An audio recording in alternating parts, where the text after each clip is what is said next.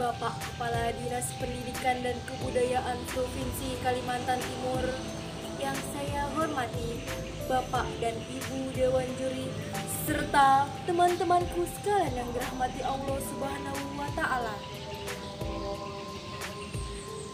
Biru laut seperti kolam, ikan paus pandai menyelam.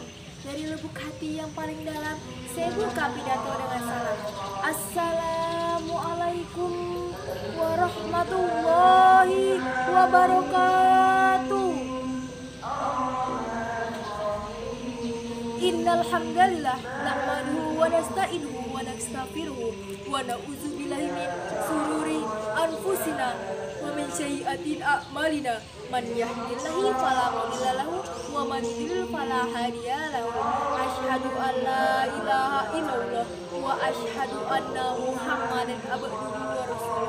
Amma ba'du.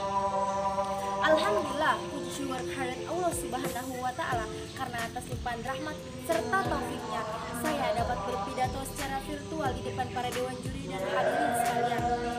Baiklah para hadirin yang saya hormati, pada kesempatan ini saya akan berpidato dengan judul Kesehatan Mental Remaja di Masa Pandemi. Masa pandemi COVID-19 tidak hanya berdampak bagi orang dewasa, namun juga bagi anak-anak dan remaja. Masa remaja yang harusnya diisi dengan sejuta kegiatan, namun karena adanya COVID-19, maka segala kegiatan pun menjadi terbatas, mulai dari dibatalkannya sekolah dan dibatalkannya berbagai acara. Membuat para remaja tidak hanya di Indonesia, namun di seluruh dunia kehilangan masa-masa emasnya. Akibat perubahan hidup yang drastis seperti ini, tak dapat dipungkiri akan menimbulkan rasa cemas, takut, khawatir yang dimana akan berdampak kepada kesehatan mental atau jiwa seseorang. Kesehatan mental bukanlah kesehatan yang sepele. Oleh karena itu, wajib bagi diri kita sendiri untuk mengidentifikasi kesehatan mental pada diri sendiri. Kesehatan mental sama pentingnya dengan kesehatan fisik yang harus dijaga dan diobati. Allah Subhanahu wa Ta'ala berfirman dalam Quran surah Al-Mudaththir ayat 4. A'udzubillahi minasyaitonir rajim. Bismillahirrahmanirrahim. Wa thiyabaka fatahhir. Shadaqallahul adzim. Yang artinya, dan bersihkanlah pakaianmu. Dari ayat tersebut menjelaskan tentang betapa pedulinya Islam terhadap kesehatan, dan pakaian yang kita kenakan sehari-hari pun wajib bersih dari kotoran agar terhindar dari penyakit.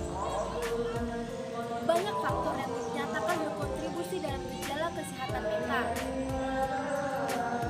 Isolasi sosial dan perasaan kesepian dapat meningkatkan rasa depresi.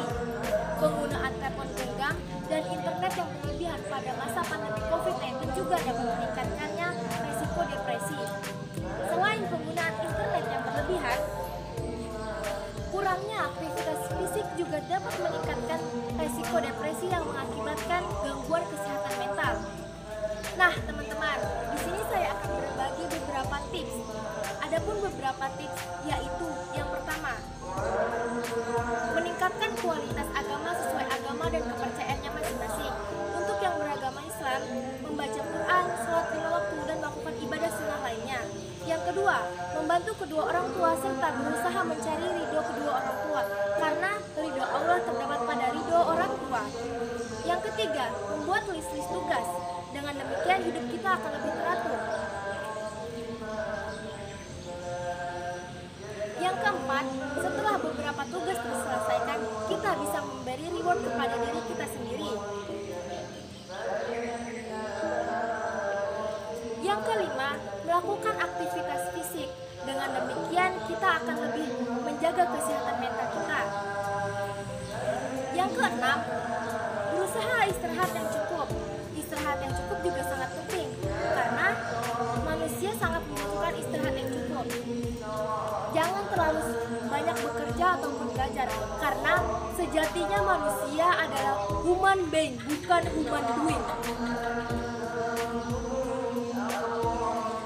Makan makanan yang enak dan bergizi juga adalah salah satu tipsnya, karena makan makanan yang bernutrisi dapat meningkatkan pertumbuhan otak.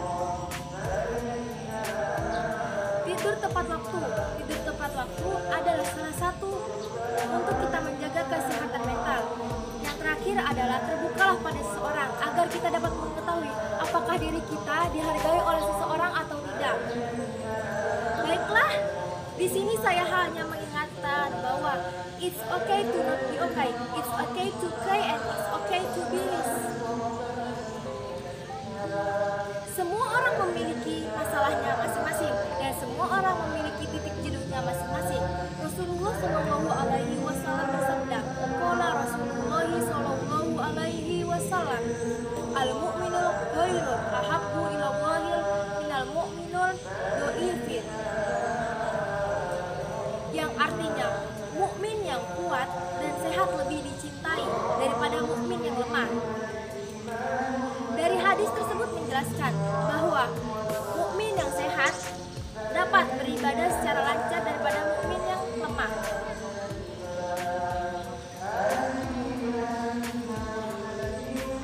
Maka dari itu diperlukannya kita untuk menjaga kesehatan supaya bisa beribadah dan melakukan ketaatan kepada Allah Subhanahu wa Ta'ala.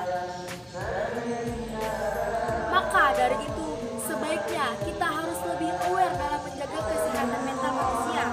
Jika tidak, kesehatan manusia ataupun kesehatan mental pada remaja akan musnah begitu saja dan akan berbanyak.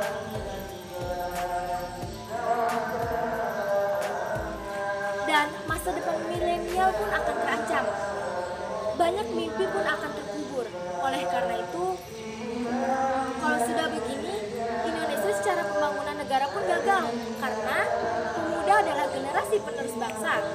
Mungkin cukup sekian pidato yang dapat saya sampaikan, kurang dan lebihnya saya mohon maaf. Lukisan hasil karya seni, terus berlatih tanpa kendur. Pidato saya cukup sampai sini. Terus semangat pantang mundur. Unzur makola, wala tanzur mankola. Terima kasih. Wassalamualaikum warahmatullahi wabarakatuh.